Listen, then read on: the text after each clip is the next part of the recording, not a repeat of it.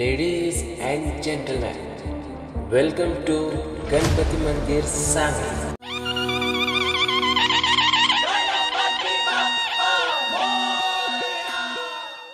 नमस्कार मित्रांनो, मी दत्तगुरु तुमचं स्वागत करतो आपल्या ट्रॅव्हलच्या नवीन एका व्लॉगमध्ये. सांगलीचा गणपती आहे सोन्याचा, त्याला आवडे बरजरी शेला असं म्हटलं जाणाऱ्या कृष्णा काठावर वसलेल्या सांगलीच्या आणि सांगलीचं राजघराणं पटवर्धन यांचं आराध्य दैवत असलेलं श्री गणपती पंचायतन मंदिरला आज आपण जाणार आहे. मित्रांनो, मी आता आलोय 5वा मैला. इचलकरंजी सांगली रोडवर आमच्या गावात ह्यो एक फाटा आहे. त्या फाट्यावर आता एकतर सांगली बस डायरेक्ट मिळाली तर सांगली बस धरायची, नाहीतर मग जयसिंगपूर बस पकडून जयसिंगपुरात जायचं आणि मग जयसिंगपूर स्टँडवर ना सांगली बस धरायची. आईला बस आली बाबा. रोजच्या गत आज थांबायला लागलं नाही.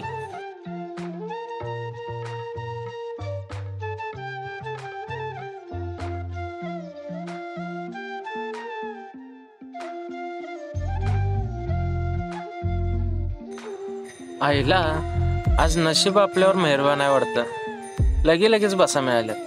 मगाशी तिथं 5वा मैलवर पण लगेच मिळाली आणि आता इथं जयसिंगपुरात उतरलोय तर लगेच सांगली बस मिळाली.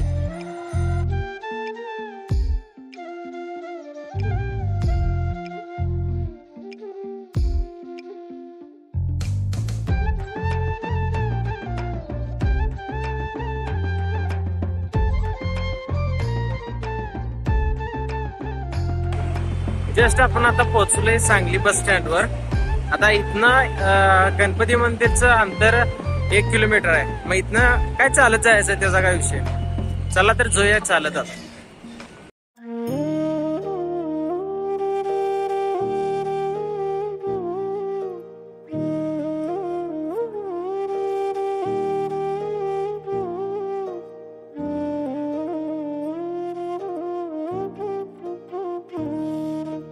फायनली आपण आता सांगलीच्या गणपती मंदिर जवळ आले.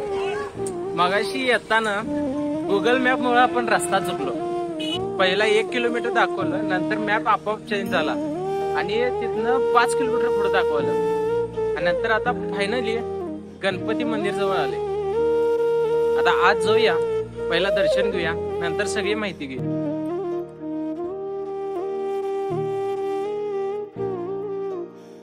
मंदिराजवळ पोहोचल्यावर पहिल्यांदा दिसतं ते किल्ल्याचं महाद्वार असल्यागत भासवणार हे मंदिराचं महाद्वार.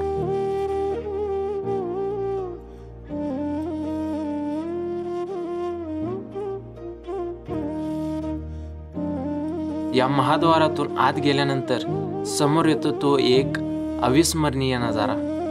चारी बाजूनी हिरवीगार बाग आणि समोर दिसतं ते एक सुंदर आणि ऐतिहासिक मंदिर.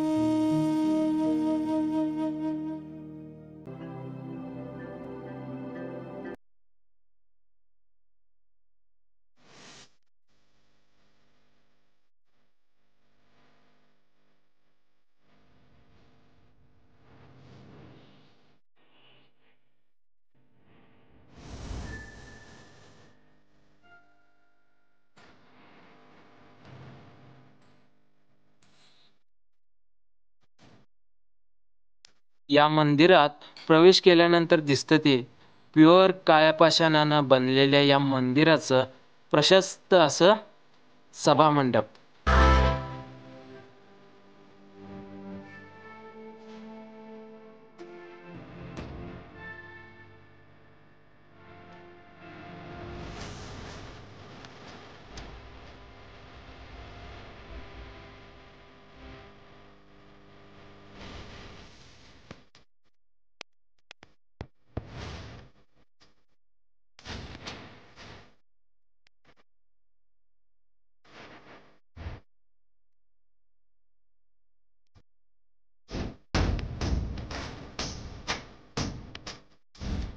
मंदिरात संगमरवरावरील रिद्धी सिद्धीसह असलेले सुबक गणेश मूर्ती आहे.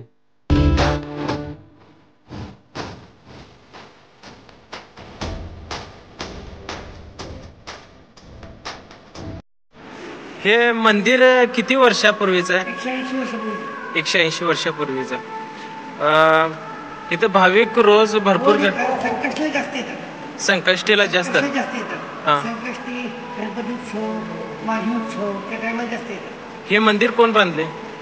चिंतामणी पटवर्धन सरकार. कोण म्हणलं? चिंतामणी पटवर्धन पटवर्धन पहिले सरकार, अधिपती. हा पहिले अधिपती. हा, सांगलीचे. थँक्यू, माहिती दिल्याबद्दल धन्यवाद.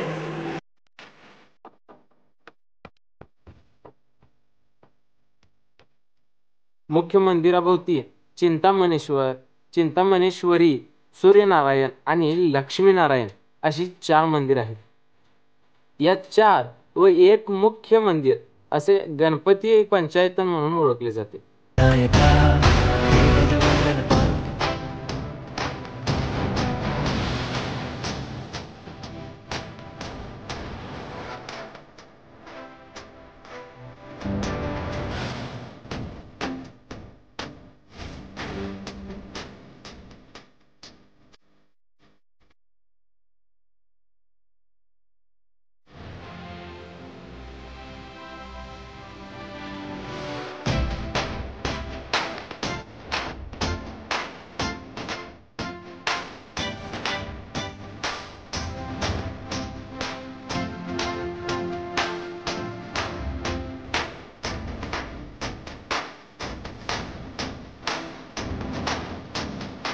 इथल्या गणपती मंदिरला तुम्ही पहिल्यांदा आला असाल, तुम्हाला काहीच इथली माहिती नसेल आणि माहिती सांगायला इथं कोण जरी नसेल, इथं मागच्या बाजूला इथं बोर्ड लिहिल्यात. इथं सगळी या मंदिराची सगळी माहिती आहे, ती वाचून मंदिर फिरू शकता, काही अडचण नाही.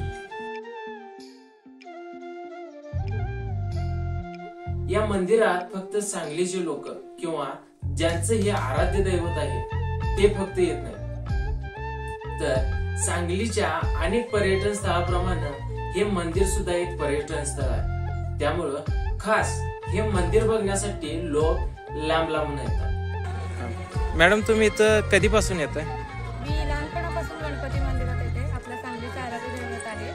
आणि तिथे बबलू हत्ती होता आधी, तेव्हापासून आम्ही ते बघण्यासाठी म्हणून यायचं आणि आम्हाला गणपतीची ओढ लागली. ओके.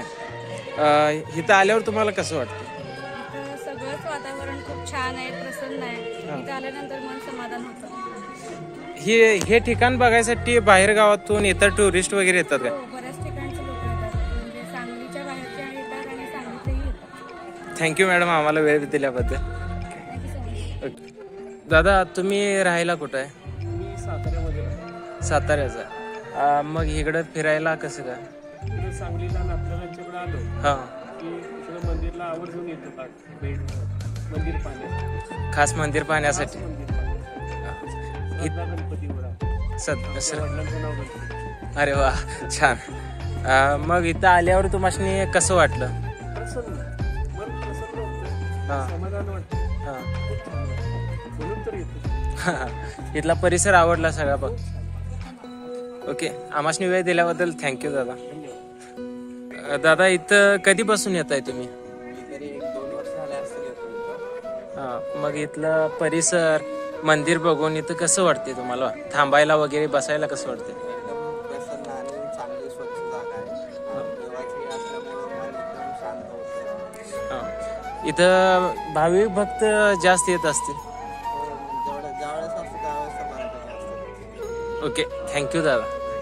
इथं दरवर्षी भाद्रपद मध्ये 5 दिवस गणेशोत्सव साजरा केला जातो.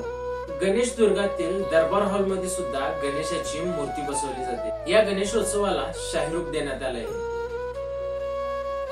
त्यामुळे इथला शाही परिवार गणेशोत्सवाला आवर्जून येतो. एवढंच नाही तर फिल्म स्टार भाग्यश्री पटवर्धन सुद्धा या गणेशोत्सवासाठी आवर्जून येतात. गणेशोत्सवाच्या मिरवणुकीत सहभागी होतात. या मिरवणुकीतील सगळ्यांचं लक्ष स्वतःकडे वेधून घेणारा आता बबलू हत्ती फक्त यात दिसत नाही, कारण त्याचं निधन झालं आहे. या मंदिराला 2025 मध्ये तब्बल 180 वर्ष पूर्ण होणार आहे.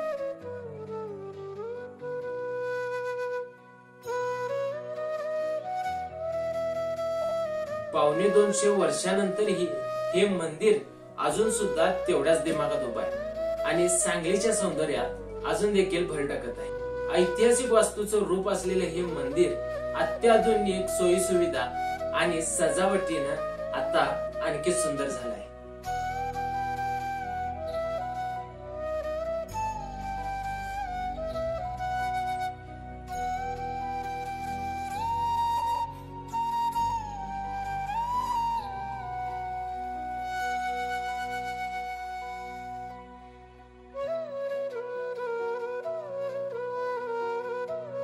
सांगलीचे संस्थापक राजे चिंतामणराव पटवर्धन यांनी सांगली नवीन राजधानी करण्याचं ठरवलं आणि गणेशदुर्ग हा भुईकोट किल्ला आणि हे गणपती मंदिर बांधण्याचा संकल्प केला.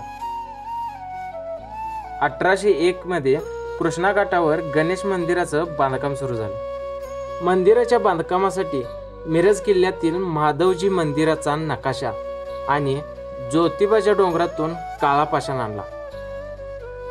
अहिल्यादेवी होळकर यांनी महाबळेश्वर येथे आणलेल्या संगमरवरी दगडांपैकी काही दगड चिंतामणरावांनी इथं आणले आणि त्यातूनच पंचायतनाच्या 5 मूर्ती बनवल्या.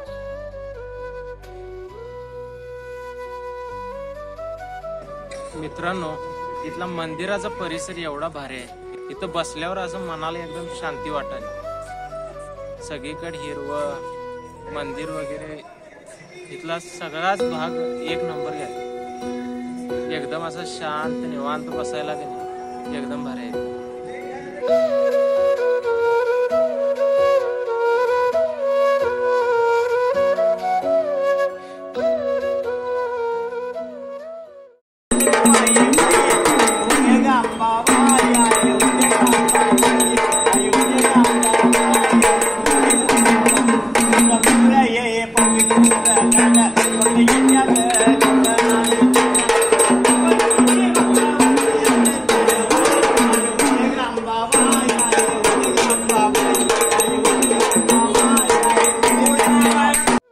भीमण्णा आणि मुकुंदा पात्रवट या स्थानिक कारिगिरांनी त्या दगडात जिवंत मूर्ती कोरली.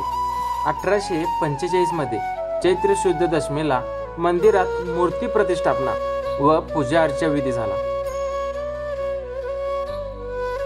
यानंतर 2 वर्षांनी मंदिराच्या शिखराचे काम पूर्ण झाले आणि 1847 मधील मार्गशीर्ष महिन्यात मंदिराचा कलशारोहण समारंभ मोठ्या थाटामाटात साजरा करण्यात आला. आणि ही सुंदरता उभी करण्यासाठी 1-2 वर्ष नाही तर तब्बल 30 वर्षांची मेहनत लागली. तसंच इथं गणपती मंदिराच्या दक्षिण दिशेला चिंतामणराव पटवर्धन महाद्वार आहे आणि सुंदर अशी बाग सुद्धा आहे. चिंतामणरावांचा पुतळा देखील इथं आहे.